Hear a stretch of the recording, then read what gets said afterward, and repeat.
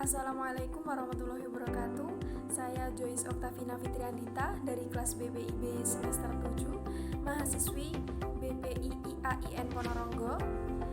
Di sini saya akan menjelaskan tentang kiat-kiat sukses perjalanan dagang Nabi Muhammad SAW. Ada banyak pelajaran yang dapat kita ambil dari kisah Nabi Muhammad SAW. Salah satunya adalah kegigihannya dalam berdagang sejak kecil yang harus hidup dalam kondisi yatim piatu. Sejarah Nabi Muhammad SAW saat berdagang dikenal memiliki sifat asidik. Tapi tidak hanya itu saja, karena banyak sifat Rasulullah yang lainnya yang dapat kita tiru. Sebagai seorang yatim piatu, Nabi Muhammad kecil mau tak mau menjadi orang yang mandiri. Inilah cara Allah SWT mendidik Nabi menjadi pribadi yang tidak suka bergantung pada kemurahan hati orang lain.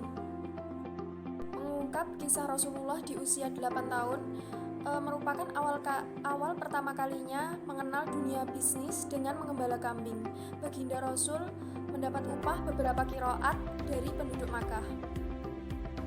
Pada usia 12 tahun, Nabi mulai berdagang bersama pamannya Abu Thalib ke negeri Syam untuk berdagang.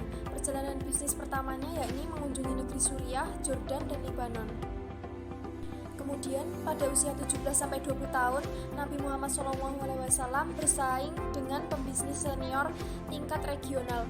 Namun demikian, mitra-mitra bisnis Nabi mengaku beliau matang dalam perhitungan, jujur, dan profesional. Melihat hal tersebut, Nabi Muhammad SAW akhirnya mendapat kepercayaan dari konglomerat di Mekah yakni Khadijah untuk menjalin kerjasama bisnis. Gaji yang diterima Rasulullah SAW saat itu sekitar 4 ekor unta per bulan.